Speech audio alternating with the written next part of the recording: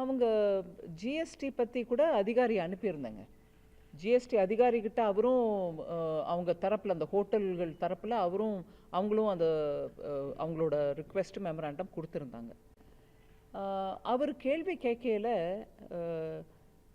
பன்னுக்கு இப்படி rate, பன்னுக்கு tax இல்லைங்க, ஆனால் பன்னில் க்ரீம் போட்டு கொடுத்தா அது வேறு ரேட்டாக இருக்குது, இதெல்லாம் எங்கள் கம்ப்யூட்டரால் ஏற்றுக்க முடியல, கம்ப்யூட்டரே தின்னுறதுன்னு ரொம்ப ஜனரஞ்சகமாக பேசினார். ஜனரஞ்சகன்ற வார்த்தை இப்போ தமிழில் புழக்கத்தில் இருக்கோ இல்லையோ தெரியல, ஆனால் காதால் கேட்குறவங்களுக்கு ஆஹா அப்படின்ற மாதிரி பேசினாங்க. தப்பு ஒன்றும் இல்லை, அவரோட ஸ்டைலில் அவர் பேசுகிறாரு. ஆனால் எங்கள் டீட்டெயில்ஸ் ஒரு குரூப் ஆஃப் மினிஸ்டர்ஸே கிட்டத்தட்ட ஒரு வருஷமாக அதில் டீட்டெயில்டாக ஐட்டம் பை ஐட்டம் எதுக்கு எங்கே என்ன ரேட்டு போடணுன்றத அமைச்சர்களின் குழுமம் ஒன்று டீட்டெயில்டாக ஆராய்ச்சி பண்ணுது.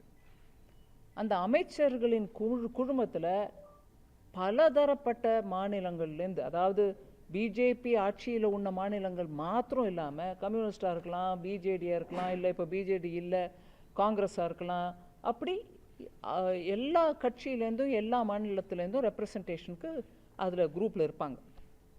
அவங்க எப்படியாக இருந்தாலும் டீட்டெயில்டாக ஆராய்ஞ்சு அதுக்கப்புறம் ரெக்கமெண்டேஷன் கொடுத்த பிறகு அதை பற்றி இந்த ரீசெண்ட் ஜிஎஸ்டி மீட்டிங்கில் கூட நான் சொன்னேன், அந்த குரூப் ஆஃப் மினிஸ்டர்ஸோட ஸ்டேட்டஸ் ரிப்போர்ட்டு தான் இன்றைக்கி கொடுத்துருக்காங்க.